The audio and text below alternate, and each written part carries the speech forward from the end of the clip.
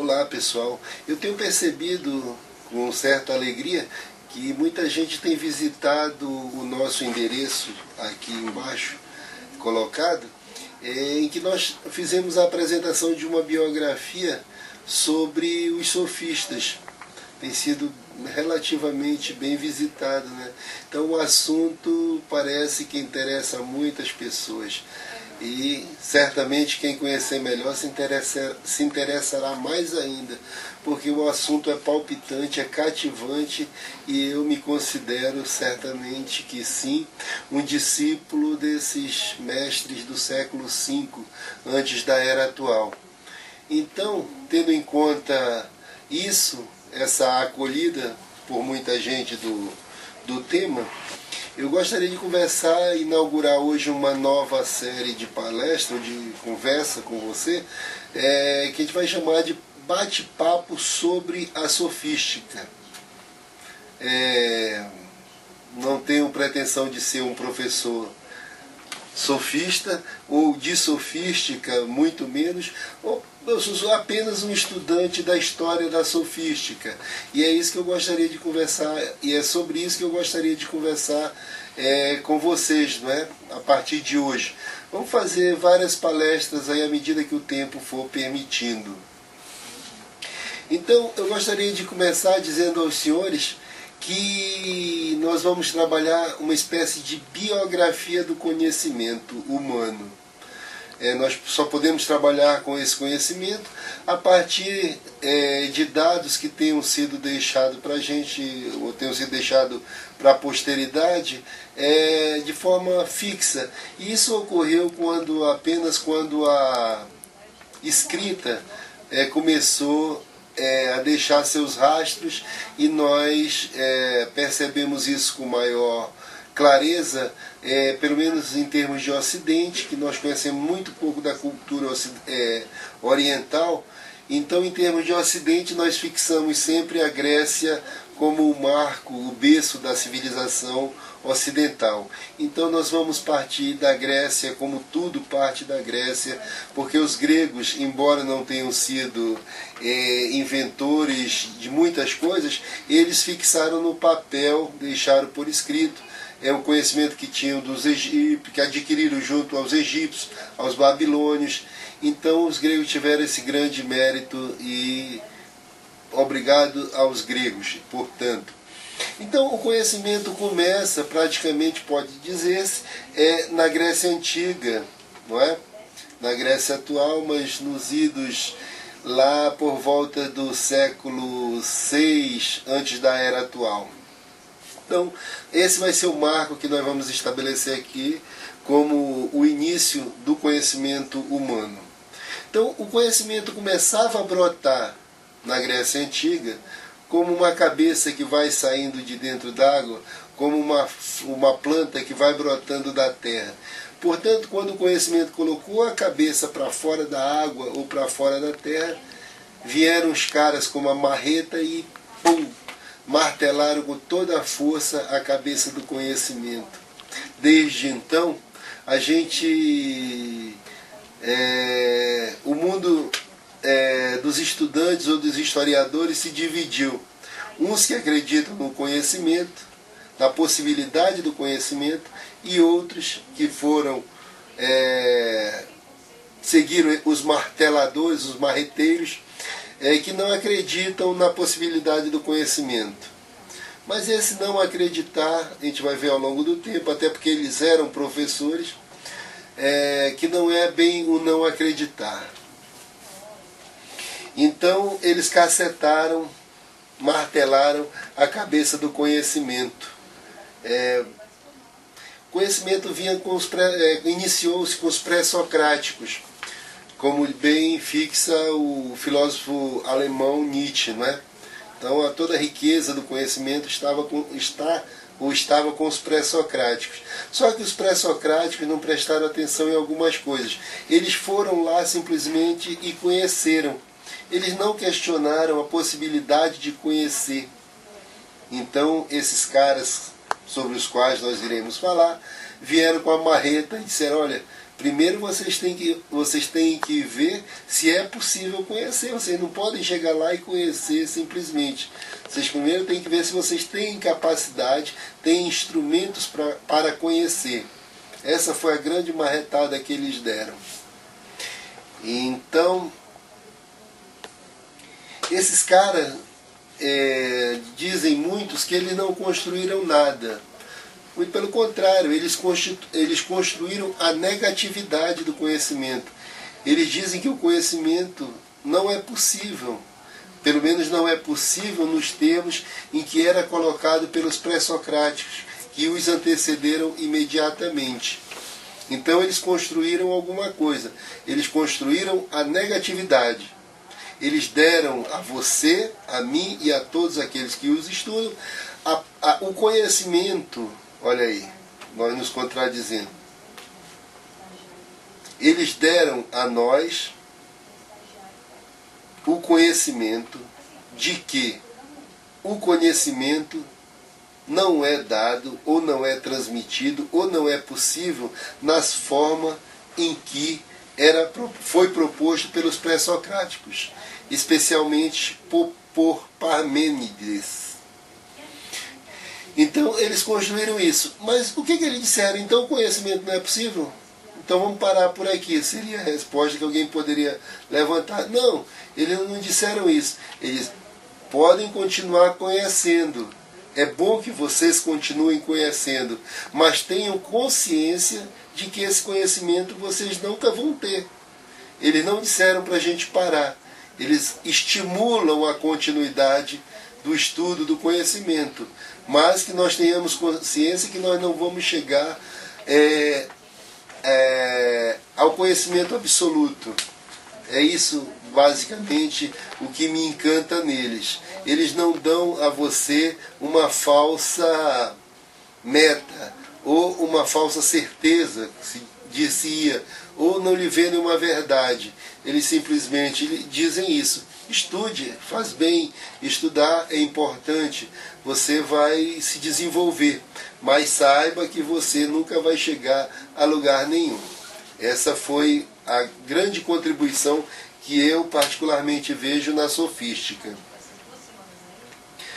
Praticamente toda a obra de Platão gastou rios de tinta e papel para combater esses camaradas, esses caras.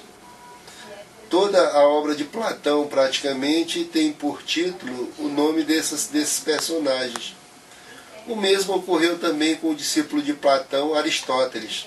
Ora, quem endeusa Platão e Aristóteles pode e deve se perguntar, mas por que se esses camaradas não eram nada? Por que precisaram de tamanho combate? Isso é uma questão que a gente vai ver ao longo do nosso bate-papo, certo?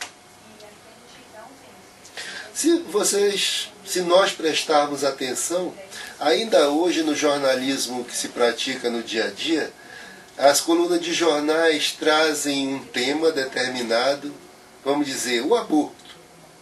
E aí dois profissionais, um fala a favor e o outro fala contra. Os camaradas diziam, esses caras diziam exatamente isso. Sobre cada tema, sobre cada assunto, é possível ter dois discursos diferentes. É isso que fazem os nossos advogados.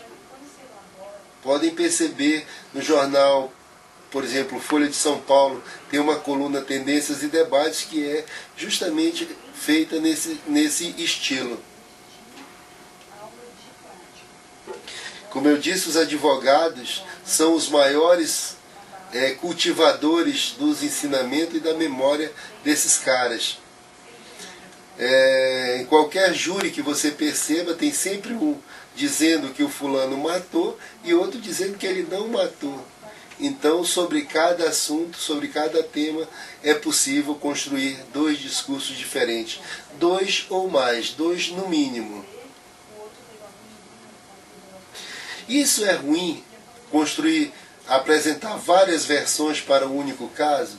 Se você olhar bem, isso não é ruim, isso é ótimo, porque vai levar instrumento, vai levar informação muito mais eficazes para aquele que vai decidir com maior conhecimento da situação, com maior bagagem, com maior gama de informação recebida de todos esses que discursaram, contra ou a favor. Isso não é demérito, muito pelo contrário. Você decide melhor a partir do momento em que tem um grande número de informação sobre o assunto. Esses camaradas, esses caras, levaram à afirmação que é mais fácil, o sábio é mais fácil de ser enganado do que um burro. E isso eu vou ter que ler aqui porque eu acho uma passagem muito bonita. Aquele que iludiu é mais justo que aquele que não iludiu. E aquele que é iludido é mais sábio do que aquele que não foi iludido. Quem iludiu é mais justo porque fez o que prometeu. Quem é iludido é mais sábio, pois quem se deixa impressionar pelo prazer das palavras não é um insensível. Isso foi um desses caras que deixou registrado. Então, uma pessoa, um considerado burro, que assiste uma peça teatral, por exemplo, ele vê o ator lá, se for um vizinho dele, vai dizer: olha, aquilo não é o Édipo, ou não é o personagem Odorico Paraguaçu, aquilo é o Paulo Gracindo. E não se deixa impressionar pela interpretação, pela beleza, pela capacidade do ator. Já o sábio sabe que é o Paulo Gracindo, mas ele não vai se impressionar com o Paulo Gracindo interpretando, e sim com a interpretação, com a arte do Paulo Gracindo. Foi isso que disse exatamente o camarada aqui, que nós iremos tratar mais à frente, especificar quem foi. Pois bem, esses camaradas, essa possibilidade de não conhecer, que eu disse que eles colocaram, que é impossível o conhecimento, se nós olharmos na atualidade, essa teoria deles veio ser amplamente comprovada. A ciência moderna trabalha com dois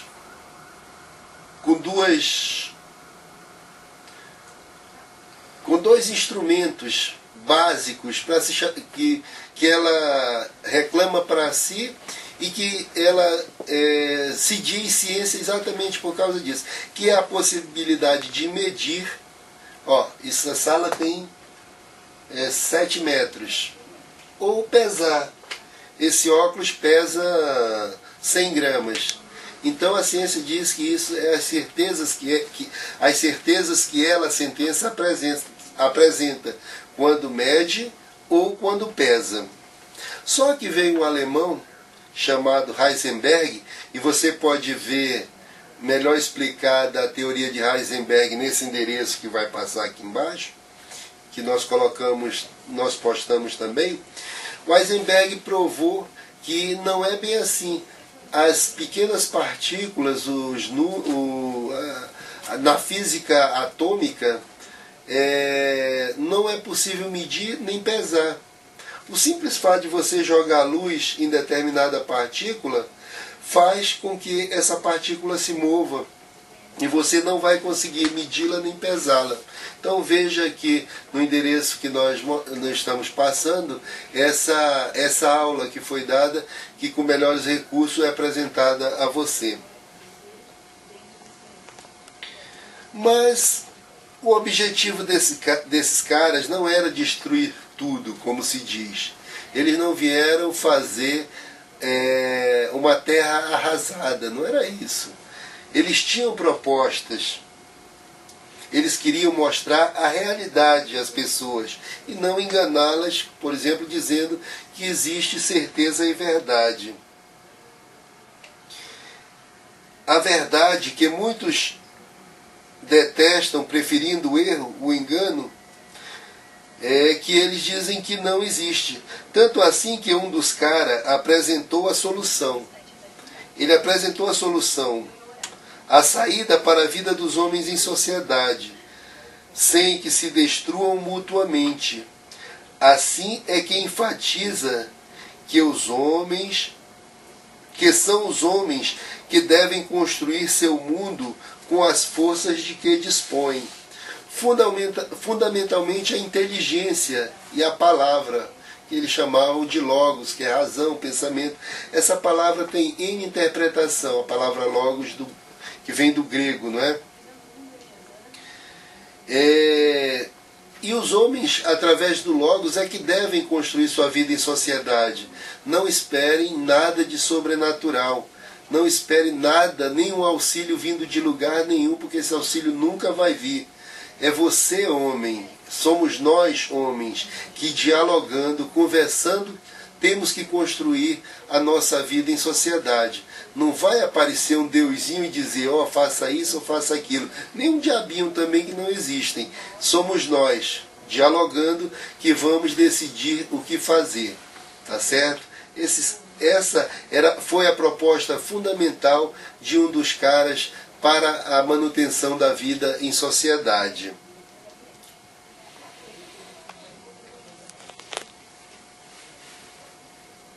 Platão, embora seja deturpado, e ele mesmo se deturpe, ele é muito contraditório, e ele se deturpa muito, portanto, e ele foi muito aproveitado por alguns e deturpado mais ainda. Ele, em duas oportunidades, diz o seguinte, no livro dele, num diálogo dele da juventude, chamado Crátilo, ele diz o seguinte, que um Deus sábio e benfeitor dos homens, no caso o Deus Hades, é um perfeito sofista. Estranho, não? Já no livro considerado da velhice do Platão, chamado As Leis, ele reafirma: aos nossos olhos a divindade será a medida de todas as coisas, no mais alto grau. Esses dois ensinamentos que Platão usa não eram deles, eram desses camaradas, desses caras. Então, como é que ele, que combate tanto, acaba por usar os ensinamentos dos caras? Esses caras, essa árvore tinha muitos frutos. Nós veremos isso ao longo dos nossos bate-papos. É impressionante essa filiação do Platão aos sofistas, que muitos desconhecem, principalmente por motivos ligados à religião, como a gente vai ver mais adiante.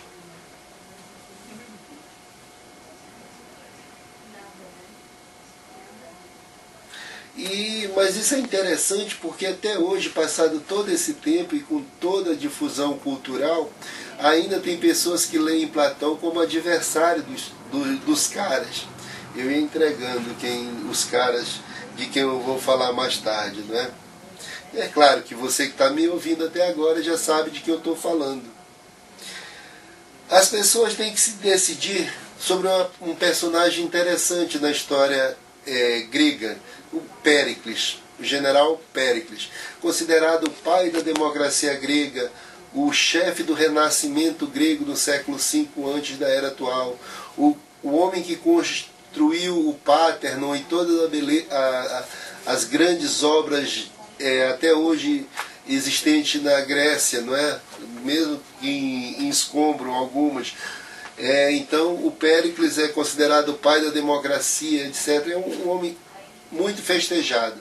Agora, se nós formos atrás da história de Péricles, nós vamos ver que, dentre os assessores de Péricles, alguns eram desses caras de que nós vamos falar. Interessante, né? Quando Péricles precisou de legisladores para dar a lei a uma colônia pan-helênica que ele estava fundando na Itália, na época chamada Magna Grécia, ele recorreu a um desses caras. Foi ele que deu leis à colônia de Túrio. Qualquer que seja a sua resposta em relação a Péricles, saiba que ele era, portanto, assessorado pelos caras. E se ele era sábio, será que ele se se assessoraria de pessoas incompetentes? Quem são esses caras, afinal? Você quer saber? Então nós iremos conversar isso, quem são eles, no nosso próximo vídeo. Até lá. Tchau, tchau.